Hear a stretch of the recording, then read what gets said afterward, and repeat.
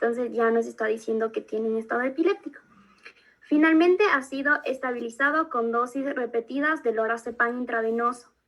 Su madre afirma que tenía un historial de nacimiento sin complicaciones, ningún traumatismo craneal previo y una resonancia magnética de la cabeza negativa en el pasado. No cumple con su fenilación antiepiléptica. Al decir esto, nos da a entender que antes ha recibido pues, tratamiento con fenitoína. Yeah. Su última convulsión fue hace 3 meses y generalmente se controla si se toma su medicación regularmente. En la sala de emergencias el paciente está confundido, es combativo, pero por lo demás tiene un examen neurológico y cardiovascular normal. Tampoco hay evidencia de ningún trauma. Sus laboratorios iniciales, que incluyen un recuento sanguíneo, un panel metabólico completo y un examen de detección de drogas en orina, son negativos. Y su nivel de fenitoína es indetectable. Le administra una dosis de carga intravenosa de fosfenitoína y reordena su dosis oral en el hogar. Entonces, una pregunta, ¿cuáles son los niveles de fenitoína terapéuticos? 10 a 20 microgramos. Ya. Ok. ¿Cuántos son nuestros niveles normales de fenitoína? Ninguno, porque no usamos, solo los niveles terapéuticos. A ver, sigamos. Ya. ¿Y qué diferencia hay con la fenitoína y la fosfenitoína? ¿Cuál es mejor, peor? ¿Da lo mismo? Cuéntanos. O sea, según investigamos, los más utilizados era la fenitoína, más no hablaba de la fosfenitoína, y también encontramos que aquí en Ecuador, pues, fosfenitoína no había. ¿Pero tiene alguna ventaja? No. Hay aquí. De la fosfenitoína, no encontramos en el Ecuador, y es por eso que nosotros más investigamos es de la fenitoína, porque esa sí constaba en el cuadro básico de los medicamentos. 5, 4, 3, 2, 1, 0. Doc, la diferencia podría ser que cuando hablamos de fosfenitoína también es usada es usada en soluciones intravenosas, pero también se la puede usar por vía intramuscular porque tiene una absorción bastante alta. Pero no te escuché, ¿puedes hablar más alto? Doc, no sé si me escucha. A ver, deja ver si está bajado el volumen de esto, pero no te oigo bien. A ver, dime. Doc, ¿me escucha? Ahí sí. Ajá. Le decía que, en donde se utiliza la fosfenitoína, a veces se le reemplaza a la fenitoína con fosfenitoína porque la fosfenitoína puede ser soluble en las soluciones intravenosas y también porque tiene un nivel de absorción bastante alto cuando se le administra por vía intramuscular. ¿Pero tiene alguna ventaja sobre la fenitoína? ¿O cuáles son las diferencias?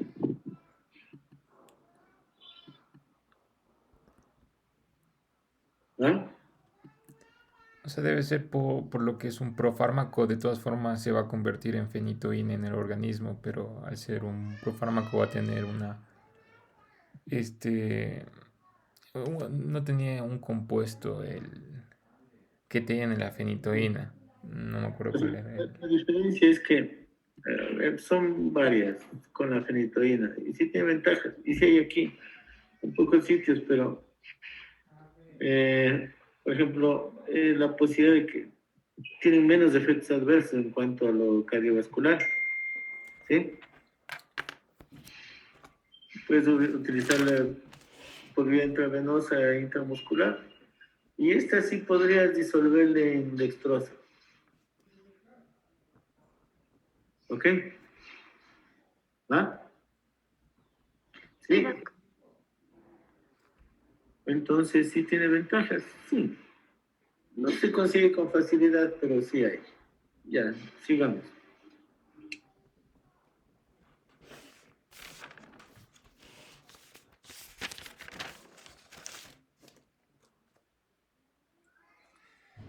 En cuanto al objetivo terapéutico, consideramos que era apropiado inhibir las descargas eléctricas anormales en el cerebro que causan la sobreexcitación neuronal mediante distintos fármacos que ya vamos a especificarlos en la tablita que sigue a continuación.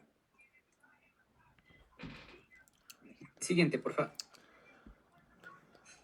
Ya, aquí hemos hecho, pues lo agrupamos por grupos farmacológicos, entonces comparamos los barbitúricos, también está el grupo de los anticonvulsivantes y las benzodiazepinas. De estos... ¿Cómo? No entendí. A ver, el objetivo de todos los anticonvulsivantes es evitar o disminuir las descargas neuronales. Pero en este caso, tener un control adecuado, porque, a ver, tener un control adecuado para que no presente nuevamente crisis convulsiva. Entonces, ¿cómo? No te entendí esto de barbitúricos y anticonvulsivantes. ¿No clasificados en otra parte o cómo? O sea, dentro de los anticonvulsivantes había, por ejemplo, el fenobarbital. Entonces, eso estaba dentro de los grupos de los barbitúricos, entonces nosotros le pusimos como un barbitúrico. No, sigo sin entenderles qué quisieron hacer ahí. A ver, cuéntame de nuevo, vamos de nuevo, a ver, ¿cómo es que es la cosa? ¿Cómo hicieron eso? O sea, dentro del capítulo de Brenner hablaba de, por ejemplo, para crisis epiléptica mencionaba también el fenobarbital. Entonces, el fenobarbital es un barbitúrico, entonces le pusimos dentro de, para agruparle por grupos, pues le pusimos dentro de los barbitúricos. Y también hablaba también también el cuadro básico de medicamentos del Ecuador, también hablaba del clonazepam, que es una benzodiazepina, y también del lorazepam, que se administra en el caso, entonces esa sería una benzodiazepina.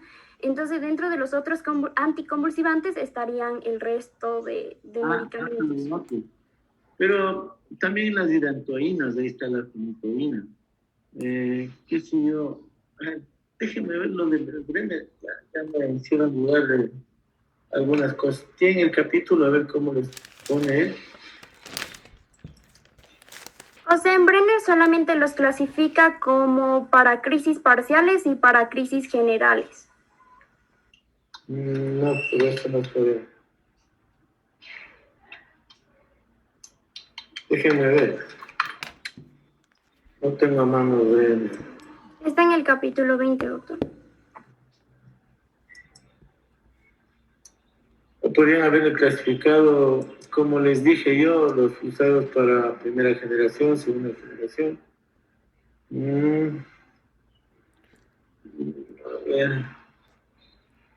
Espérate. Pero, o sea, aquí están clasificados por grupos farmacológicos. Pero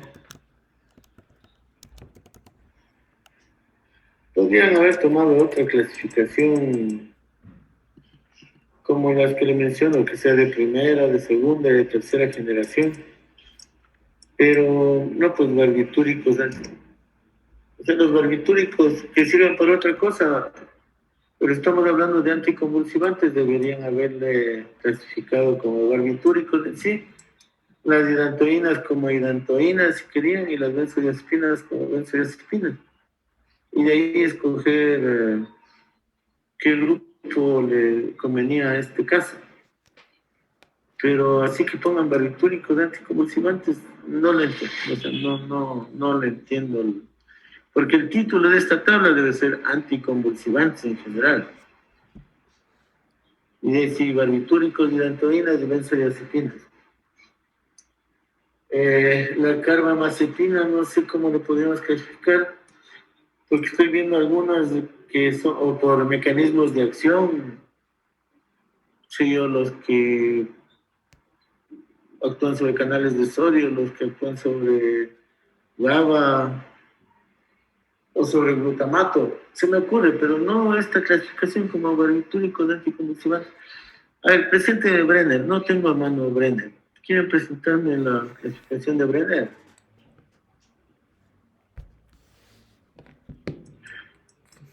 ¿Tienes?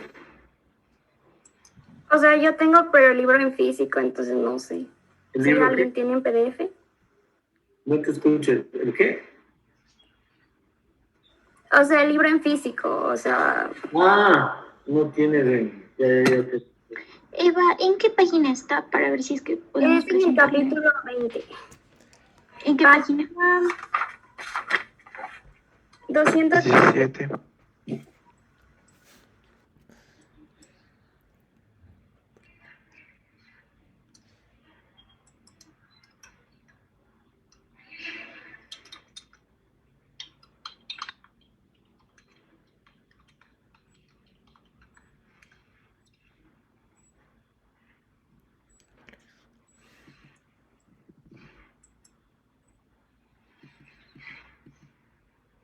No sé si pueden ver o si es que está bien la página. Clasificación internacional. 3 son de las crisis. ¿Dónde está la clasificación de los fármacos? Eso podrían haberlo puesto los que tienen efectos sobre los canales iónicos, sobre los... a ver, déjame... Fármacos para que... coadyuvantes, fármacos, clasificación de las crisis. Bájale un poco más. Más. Más. Más.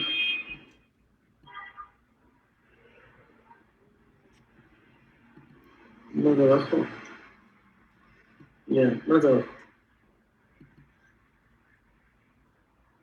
Le has escaneado el libro. Por eso está así.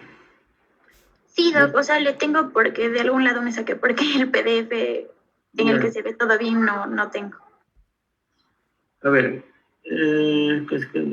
Pero aquí clasifica las crisis. A ver, sigue más abajo.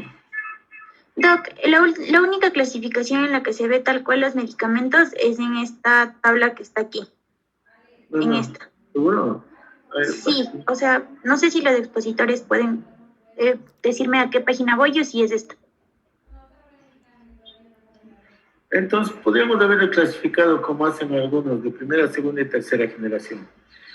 Depende del año cuando les descubrieron. Y lo otro es clasificarle por mecanismos de acción. Ya les digo, respecto en canales de sodio, en el GABA, en el calcio y en las vesículas de transmisión de monoaminas. Se me ocurre. Y de ahí, de esos grupos, escoger. ¿Sí? ¿Sí me escuchan? Por Sí, ejemplo, a ver, continuemos con lo que ustedes prepararon. Ya.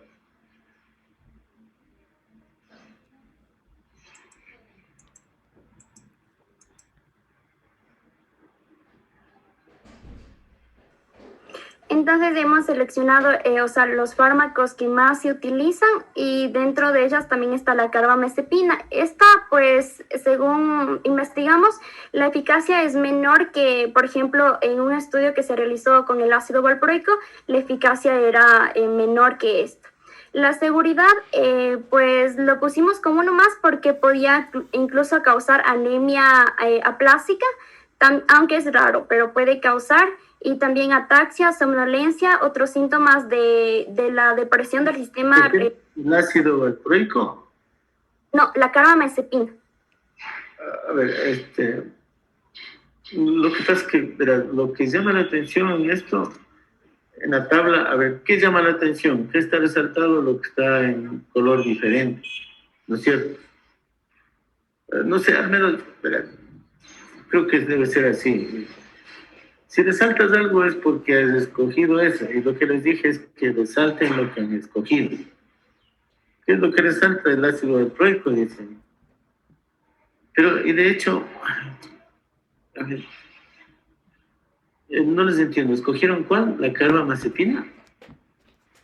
No, escogimos el ácido valproico, pero todas las comparamos en relación con el ácido valproico para ver la eficacia. O sea, comparamos la carbamazepina en relación con el ácido valproico, que es la que escogimos. Bien. Yo estoy leyendo mal, espérate, déjame ver. Ya, esperen un momentito, por favor. Sí, por favor, esperen. ya, Doc.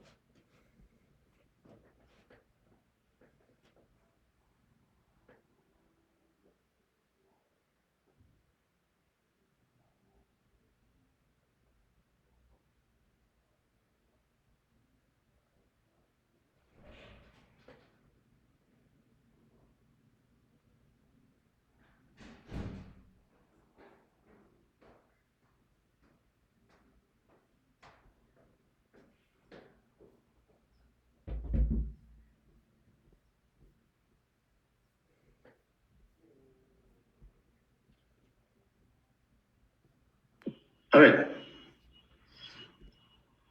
Entonces, ya. A ver, escogieron el ácido valproico. Ya. Eso son unas crisis tónico-clónicas generalizadas, ¿no? Y el ácido valproico me decía, ¿es por la eficacia o escogieron eso? A ver, cuando escojan algo de eso, presenta un artículo que si comparan carbamazepina con ácido valproico y lo presenta. A ver, entonces cogieron ácido valproico, pero lo que les digo es, en los grupos farmacológicos tienen que agruparlos de diferentes maneras, por grupos justamente. Ya les digo, en este caso los anticonvulsivantes o de primera, segunda o tercera generación o por mecanismos de acción, ¿sí? Algunos fármacos se repetirán, por ejemplo, el ácido valproico, entre canales de sodio y puede tener otro mecanismo de acción. El levetiracetam de los aminas transportadoras y la fenitoína y carbamazepina bloqueadoras de los canales de sodio junto con el ácido valproico. Y de ahí escoger bloqueadores de canales de sodio y entre los bloqueadores de canales de sodio escoger uno, sería el ácido valproico. ¿Por qué escogieron? Es uno que se ve ahí por eficacia y seguridad. ¿Ya? Ok.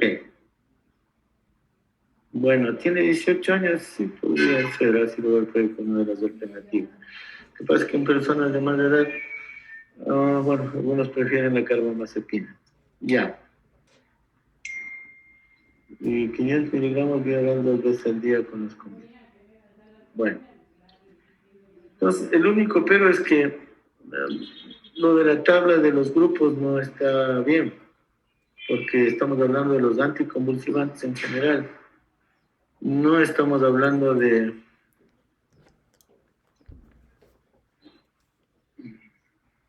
Entonces, eso no... Tienen que buscar la forma de clasificarlos mejor para tenerlos en mente y poder utilizarlos. Ya. Espérate, déjame ver el caso de nuevo, presenten el caso otra vez. Déjame ver.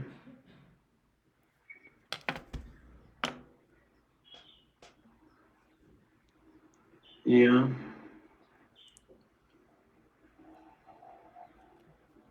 Por estatus epiléptico. Proyectame. Proyecta. A ver. Ya.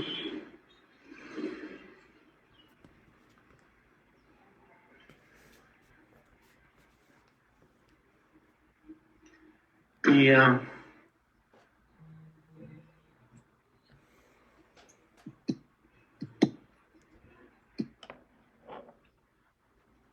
Entonces hicieron lo contrario de lo que describe el caso. Porque el caso, si ya tienes el diagnóstico de estatus epiléptico, en el caso si ¿cómo es?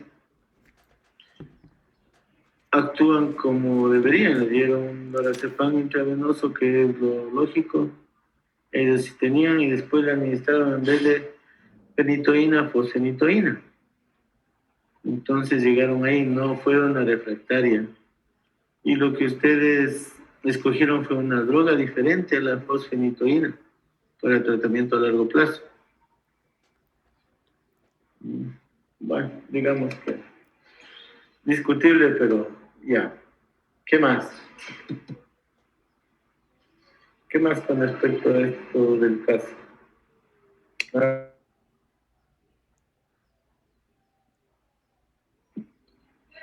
¿Nada más? ¿Aló?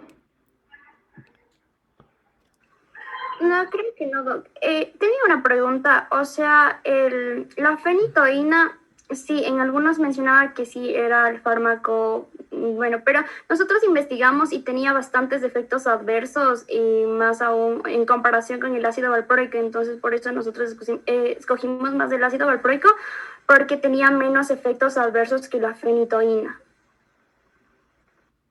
Bueno,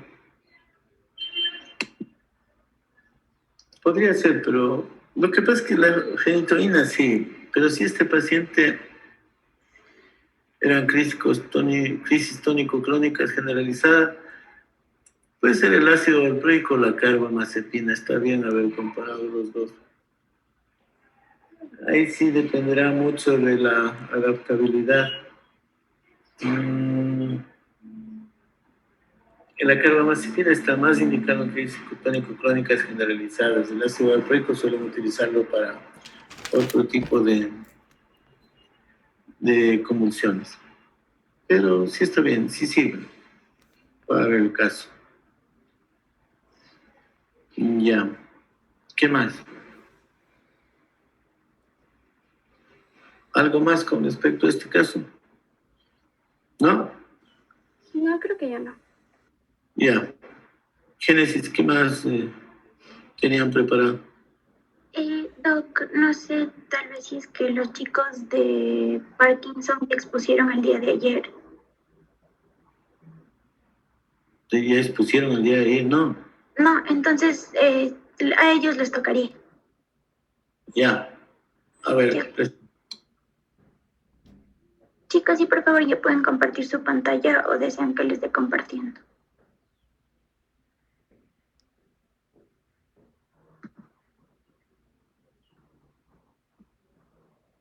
Chicos, Sí, ya estoy listando la presentación, Ya. nomás un segundito.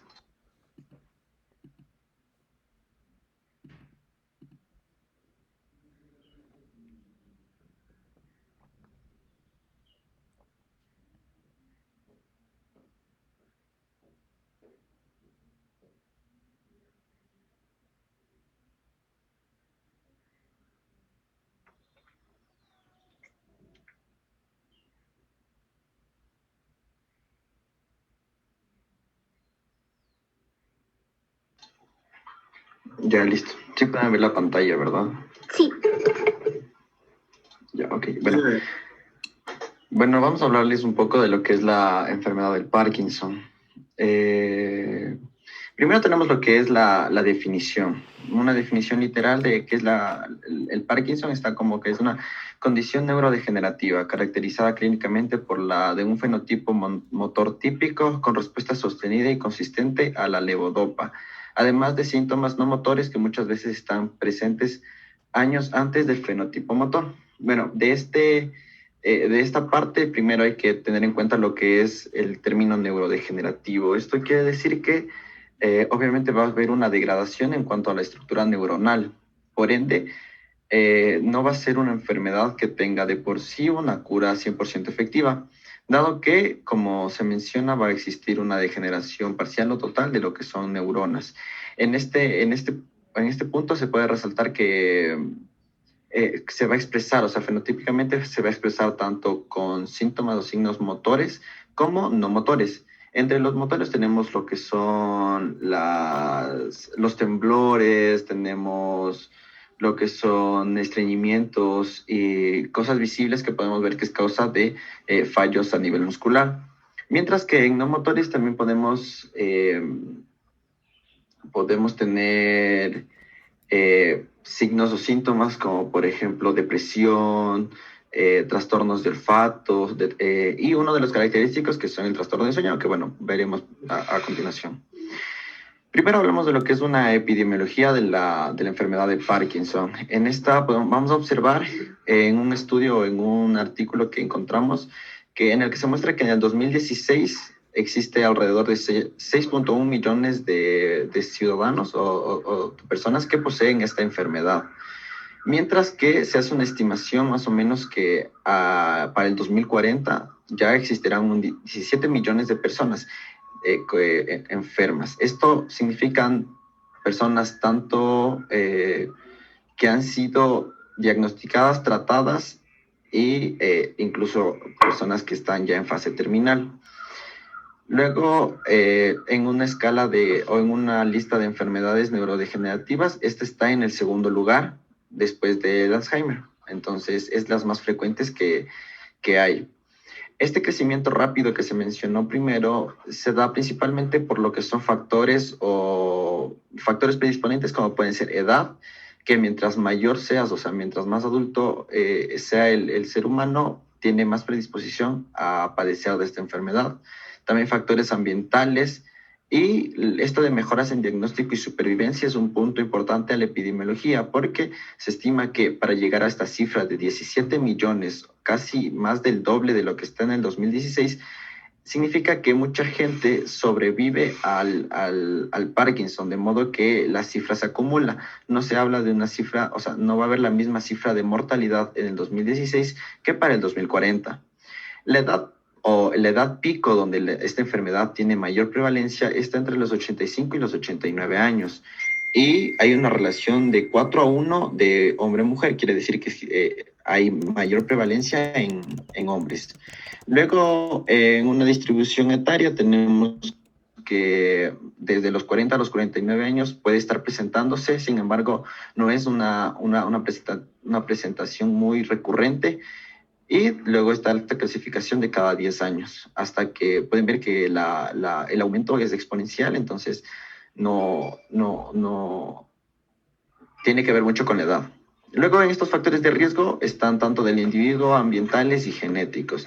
Dentro de lo que es el gen o los genes se habla mucho de este gen GBA, que ya se va a hablar posteriormente. Entonces tenemos lo que es el principal cuadro clínico o un característico cuadro clínico de esta enfermedad neurodegenerativa. Tenemos que va a tener dos fases, bueno, más fases, pero las dos principales son la premotora y una prodrómica. En la premotora, esta es una en la que generalmente no se realiza un diagnóstico porque el paciente que presenta estos síntomas no presenta o no se sospecha por una enfermedad de Parkinson, sino por otras que pueden confundirse. Entonces, lo que se encuentra es el estreñimiento, depresión y el trastorno de sueño. Este trastorno de sueño va a ser uno de las direccionales para poder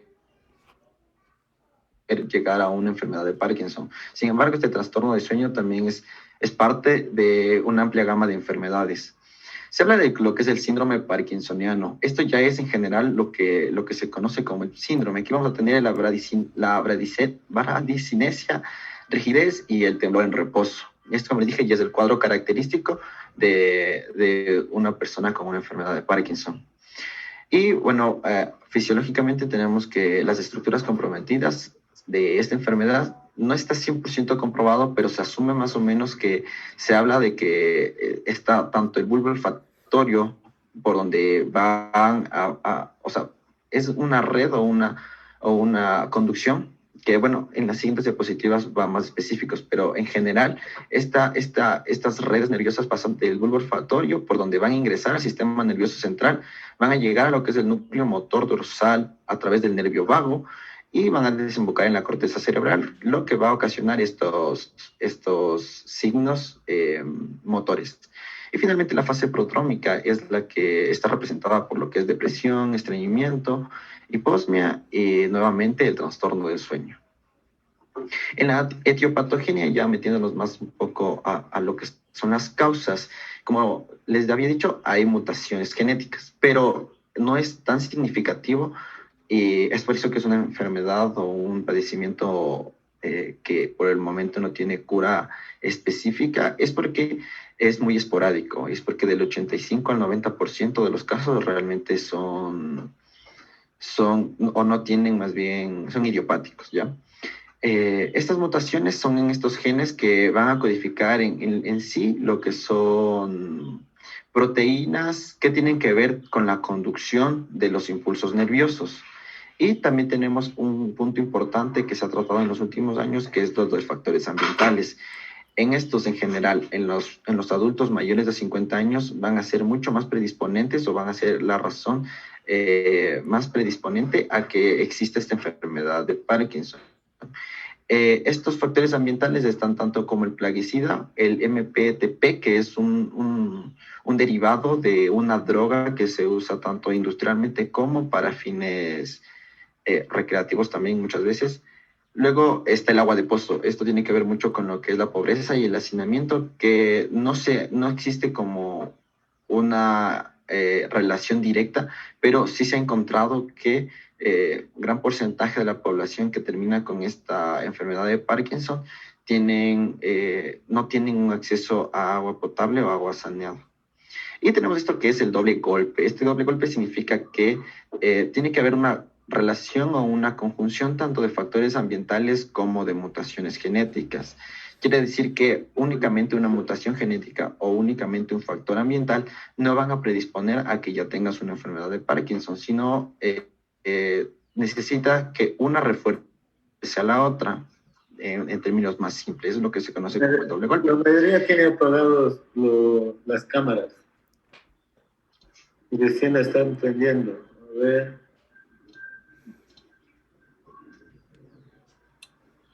¿Y por qué las apagaron? No las apago. A ver, veamos cómo le digo Jessica, John, déjame ver. Déjame ver. Lisbeth San Pedro. No está. Sí, Doc, el problema es que tengo dañada la cámara. Y se te oye bien lejos. Ahí me puede escuchar. Ya. Ok. Sí, el problema es que tengo dañada la cámara de la computadora porque me prestaron una computadora similar. A ver qué es el doble golpe. Génesis, tampoco estás conectado. Edgar, a ese soy yo. Sí, Doc. Bueno. Ok. Yo sí estoy con la cámara apagada, pero ustedes no. Ya. Ok, sigamos. Bueno, voy a hablarles de una de las principales teorías que existen más o menos de cómo se puede desarrollar esta patogenia. Como habíamos hablado, se trata de una neurodegeneración. Quiere decir que las propias neuronas, que son células, van a sufrir daño, lesión y muerte. Una de las más aceptadas es lo que es el estrés oxidativo. En este se habla que, obviamente sabemos que los radicales libres van a ser una de las direcciones o direccionales que van a producir este llamado estrés oxidativo, y lo característico de estos radicales libres es que se van a producir por los neurotransmisores de la propia transmisión nerviosa. Entonces, la misma diapositiva la que quieres presentar, o algo de los radicales libres. Es la misma, doctor. Es que ya posteriormente te va a explicar más a fondo lo que es la fisiología. Esta es como una introducción.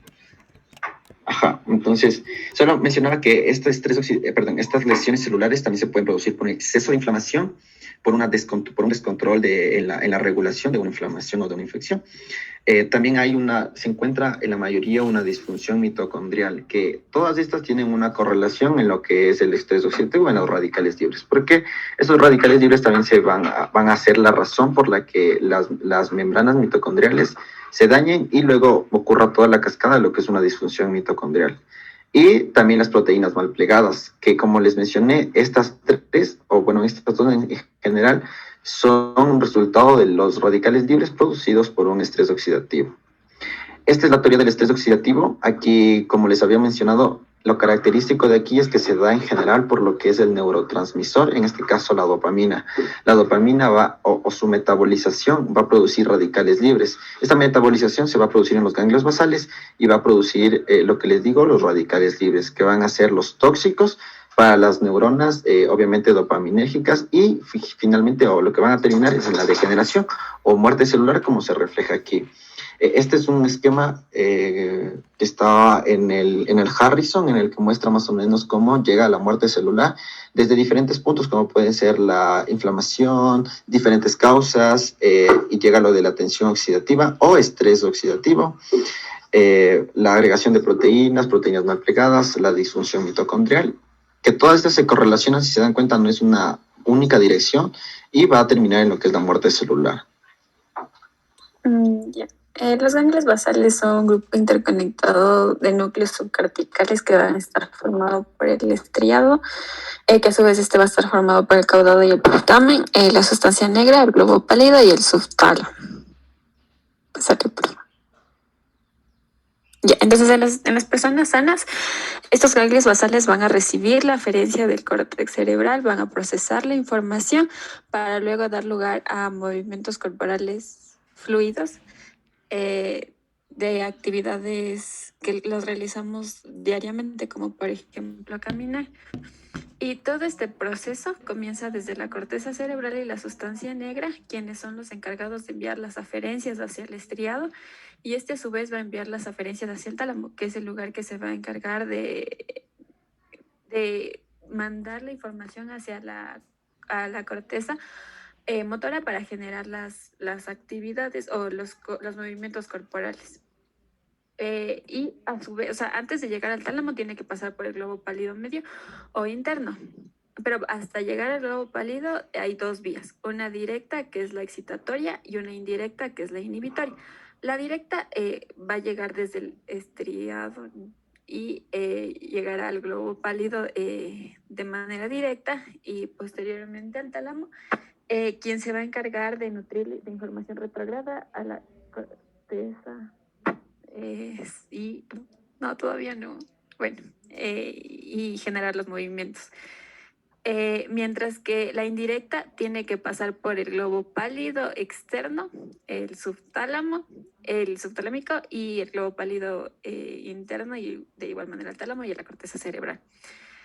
Mientras que en los individuos con enfermedad de Parkinson va a haber una degeneración neuronal, específicamente la dopaminérgica, que es la que va a disminuir la actividad de la vía directa y va a incrementar la actividad de la vía indirecta, impidiendo como tal la retroalimentación a nivel del tálamo y generando signos de bradicinesia y rigidez en las personas. Ahora, también los ganglios basales se encargan de ciertas funciones cognitivas y de la memoria de procedimiento. Es por esto que las personas que tengan enfermedad de Parkinson pueden tener cierta dificultad para realizar ciertas actividades motoras que aprendieron previamente, como por ejemplo... Sí, debe haber algún video donde se vean las características clínicas.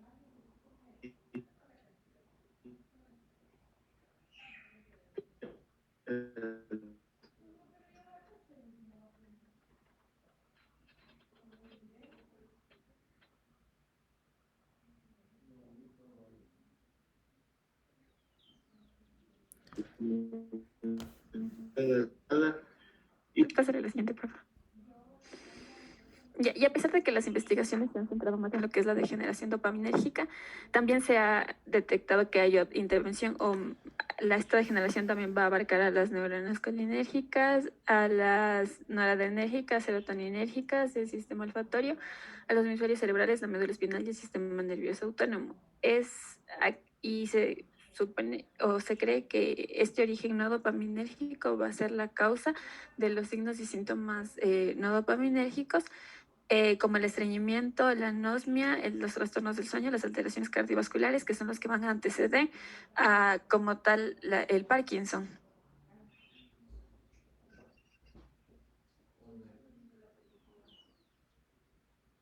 Listo. A continuación, les expondremos los fármacos que aumentan los niveles de dopamina.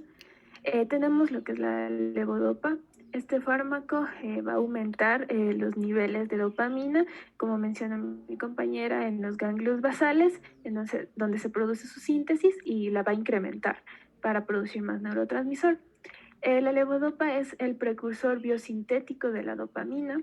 Se absorbe en la porción proximal del duodeno a través del mismo proceso por el que se absorben los aminoácidos, por lo que este fármaco va a competir con los aminoácidos de la ingesta, de nuestra ingesta, por el transporte hacia la circulación, por lo que se recomienda que los pacientes tomen su medicina unos 40-30 minutos después de la ingesta de alimentos. Su metabolismo se va a dar por dos vías. Hay el fármaco dopamina, ¿se acuerdan? Deben haber estudiado en cuarto, ¿cierto? ¿Sí? A ver, ¿aló? ¿Sí o no? En cuarto vieron la dopamina, ¿cierto? Sí. A ver, no les escucho. A ver, Ana Zavala. ¿Estudiaron dopamina en cuarto? En cuarto sí. ¿O no? Sí, creo, pero no recuerdo ¿Cómo bien sí y creo creo? que lo que decía de la dopamina es que no tenía utilidad clínica, o no sé, no recuerdo bien. ¿Por qué no les damos por vía intravenosa dopamina? Mm, Porque ¿Respondería esa pregunta? ¿Quién habla? Ana Castro, ¿no se les podría administrar por vía intravenosa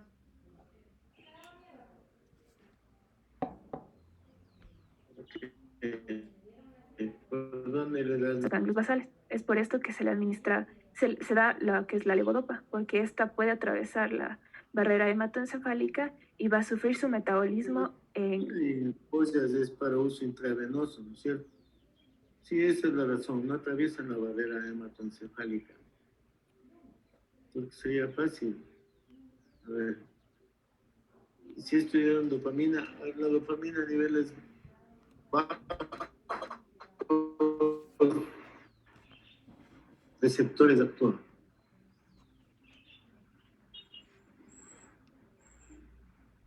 ¿Aló? ¿Sí me escuchan?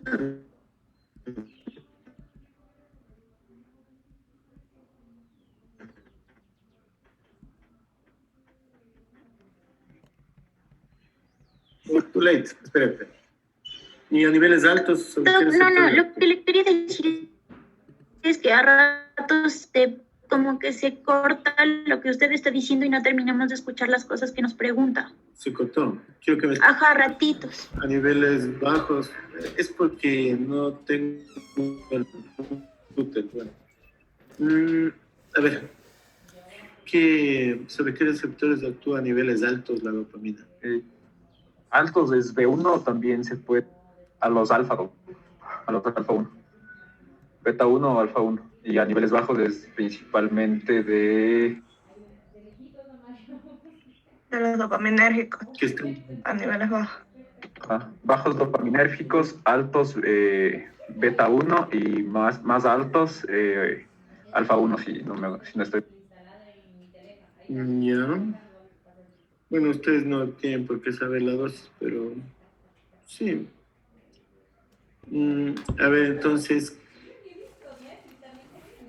bueno, no tienen por qué saber la dosis, pero la dosis más o menos que estiman algunos es que de alrededor de hasta 3 microgramos kilo minuto, otros dicen que hasta 5 microgramos kilo minuto tiene efecto dopaminérgico, que de 5 a 10 microgramos kilo minuto tiene efecto beta, básicamente, beta 1. Y sobre de 10 a 20, algunos usan hasta 30 microgramos kilo minuto, tienen un efecto alfa. Basados en eso, si a un paciente le estás administrando 20 microgramos kilo minuto, lo que pasa es que sí predominará el alfa, pero también no está exentos de que tenga un efecto beta. ¿Cuál es el riesgo más grande de usar dopamina? ¿Qué efecto adverso puede ocasionar a dosis altas? A dosis muy altas produce lo que son movimientos involuntarios o las llamadas discinesias de los músculos. La dopamina y la inyectable, quiero decir. Incremento de la frecuencia cardíaca, porque igual va a tener un predominio beta 1 si es que se dan dosis muy altas. Arritmias, básicamente. Bueno, ya. Y taquiarritmias. Veamos. Como ustedes no vemos todavía. A ver. A ver, permítame compartir la pantalla un momento. Génesis. Sí, Doc, sí puede compartir la pantalla sin problema.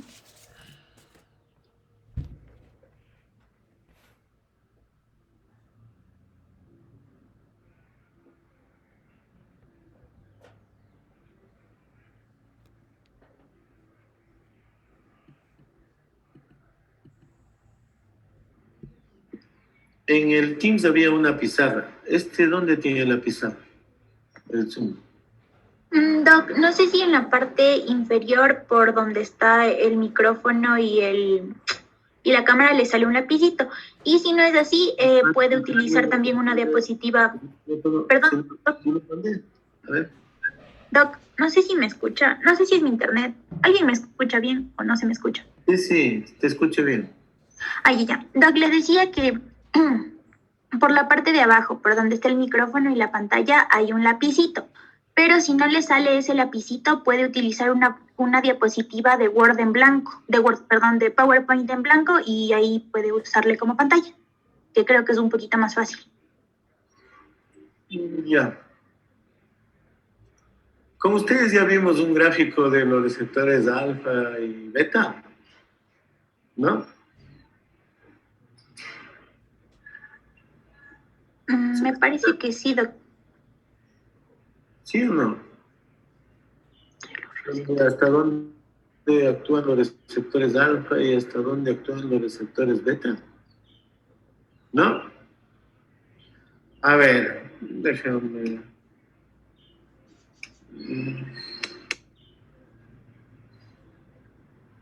¿Qué están viendo ahí? Su pantalla, Doc. Ahorita el escritorio. Déjenme ver.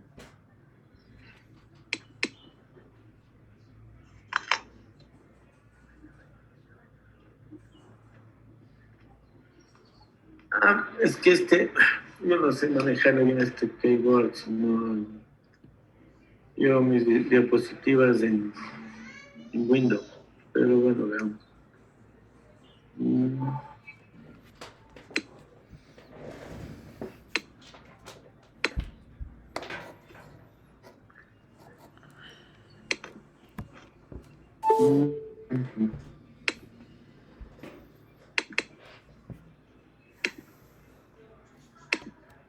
Sí va a ser complicado porque no lo manejo bien. El keyboard. Bueno, dejémosle ahí. Otro día conversamos de esto. Me imagino que saben manejar bien. No manejar bien, bueno. Les enseñaron lo de la dopamina, de la epinefrina, la norepinefrina. Sí creo que vimos algunas cuestiones con ustedes. Voy a dejar de compartir mi pantalla. Ahí ya le vi el lápiz. A ver, entonces la dopamina no se administra por vía intravenosa externa porque no atraviesa la barrera hematoencefálica, lo cual sí hace la levodopa coadyuva, que parte de la dopamina, que es un porcentaje bastante bajo, atraviesa la barrera hematoencefálica. Ya, a ver, sigan nomás con la exposición.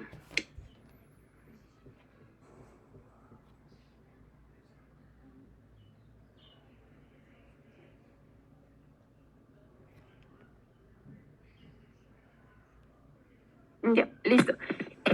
Como les estaba mencionando, este fármaco se va a metabolizar mediante dos vías, a través de la enzima L-aminoácido aromático descarboxilasa, que se encuentra en el gráfico como LAD. Esta va a convertir a la levodopa en dopamina. La enzima catecol o metiltransferasa o la COMT, que la va a metabolizar en cambio a 3-o-metildopa. Debido a esta razón, la levodopa se tiene que administrar combinada con algún fármaco que inhiba ya sea la enzima COMT, y este fármaco puede ser la carbidopa, o que inhiba la enzima LAD, y este fármaco puede ser la entacapona. Y de esta manera se aumenta la concentración del fármaco, inhibiendo estas enzimas. La vitamina B6 va a actuar como cofactor de esta enzima LAD, por lo que aumenta el metabolismo de la levodopa y por tanto no se debería administrar complejo B conjuntamente con esta levodopa. Pásale, por fin. Listo. Este fármaco va a tener un gran efecto de primer paso, por lo que el 95% de la dosis que se administra va a ser metabolizada por las enzimas que les mencioné en la pared del intestino o en el hígado. Y antes de llegar al cerebro, o sea, el porcentaje que alcanza el tejido cerebral va a ser alrededor de 1%. El resto se va a convertir en dopamina y la 3-o-metildopa antes de pasar la barrera hematoencefálica. Y puede ser la causante de algunos de los efectos adversos. Este fármaco tiene una semivida en el plasma entre 1 a 3 horas. Pásale, por favor. En cuanto a sus mecanismos y a su efecto, esta levodopa va a ser absorbida en el cerebro específicamente por las neuronas dopaminérgicas que se encuentran en el núcleo estriado y va a ser convertida mediante la enzima LAD a dopamina. Y de esta manera se va a aumentar la cantidad de dopamina que es liberada de este núcleo. Pásale, por favor. Ya. Durante el Parkinson, como ya mencionaron mis compañeros anteriormente, va a haber una degeneración de neuronas, estas dopaminérgicas. Esta degeneración va a ser un proceso continuo, por lo que con el tiempo la levodopa,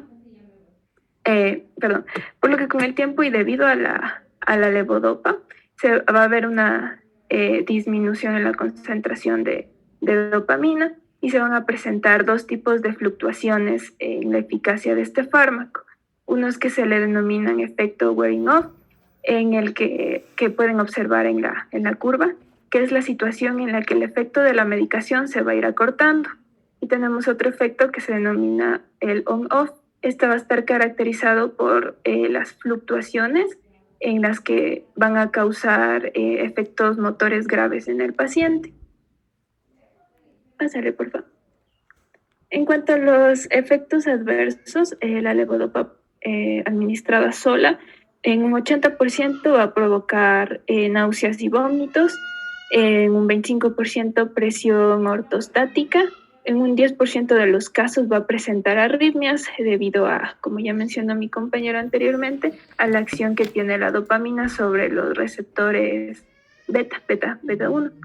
También va a provocar estos movimientos involuntarios o disnesias que les mencionaba, que pueden ser tanto en la parte facial, que va a presentarse el paciente realizando movimientos de masticación como si estuviera comiendo algo muy grande. Y ¿Es también hipertensión ortostática o hipotensión ortostática? Hipotensión, perdón, doctor. Sí, porque medio difícil es que nos dé hipertensión. Sí, doctor, perdón, debe ser el autocorrector. Me jugó una mala pasada. Porque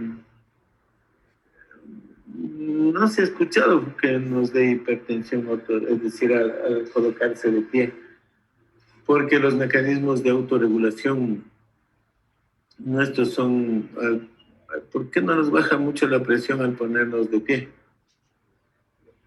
Por los mecanismos compensadores.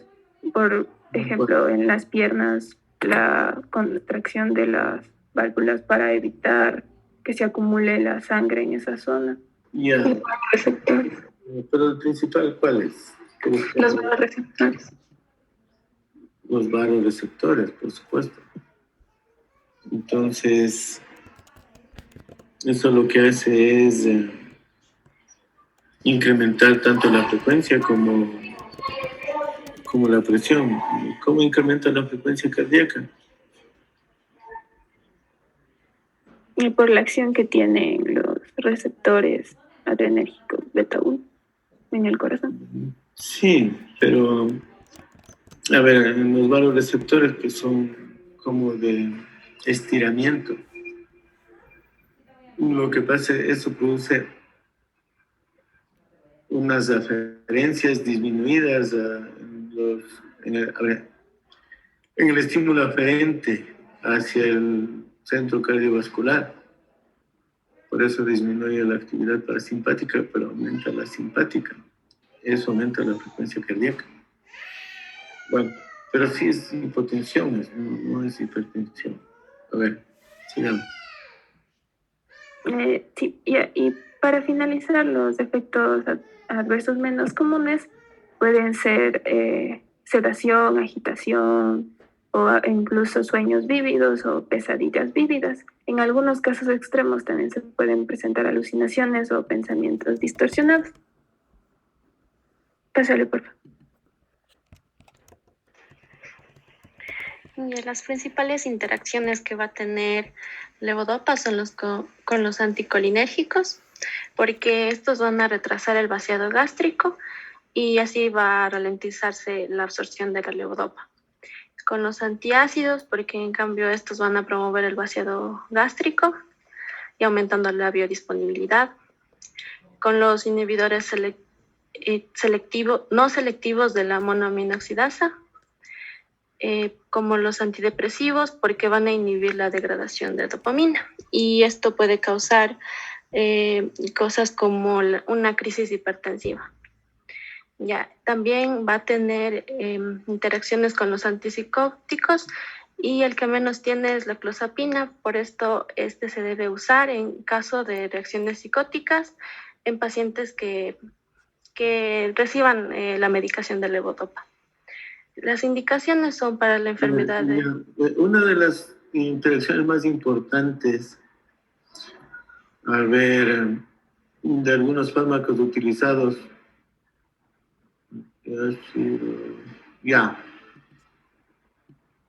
estos deben haber visto cuando vieron dopamina. Pacientes que tienen Parkinson se utilizan medicamentos antieméticos en ocasiones. ¿Cuándo deberías utilizar en un paciente que tenga Parkinson? ¿Sí me escucharon? ¿Sí? Sí, doctor. ¿Qué? ¿Puede repetir la pregunta? De medicamentos antieméticos, ¿cuál no deben usar en los pacientes que tengan Parkinson? 5, 4, 3, 2, 1, 0. Perdieron. Metroclopramida. ¿Cuál? Metroclopramida. ¿Cómo dijiste? No te escucho bien. La metroclopramida. Metro no es metoclopramida. Porque no hay metro. No, es metoclopramida. Eso, ¿por qué? A ver.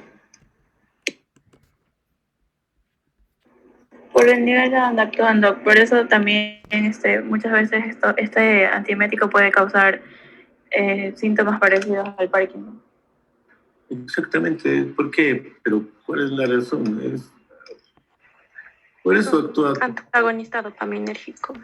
Sí, así actúa a nivel gastrointestinal, por eso favorece el vaciamiento gástrico y es un antiemético. Pero no es conveniente utilizar porque es justamente antidopaminérgico. Entonces sí podría provocar que los que tienen Parkinson empeoren su sintomatología. Bueno, ahí nos vamos a quedar. Tiene un aporte menos. ¿Cuántos aportes menos tiene? No me acuerdo.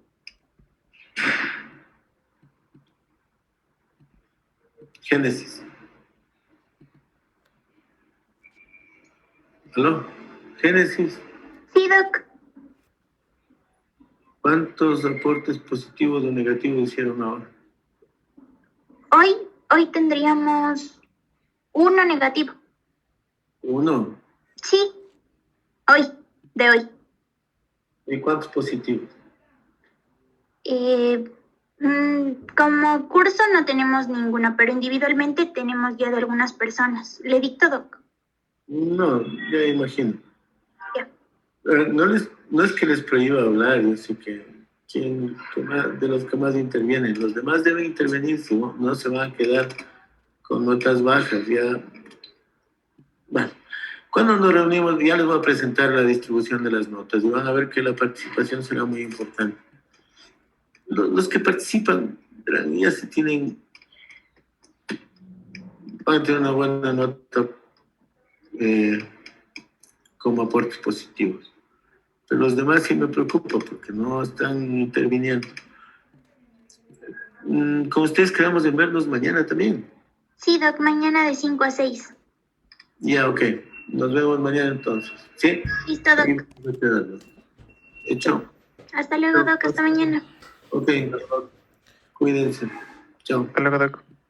Que la vacuna debe llegar para ustedes en el 2022 más o menos, si es que siguen así.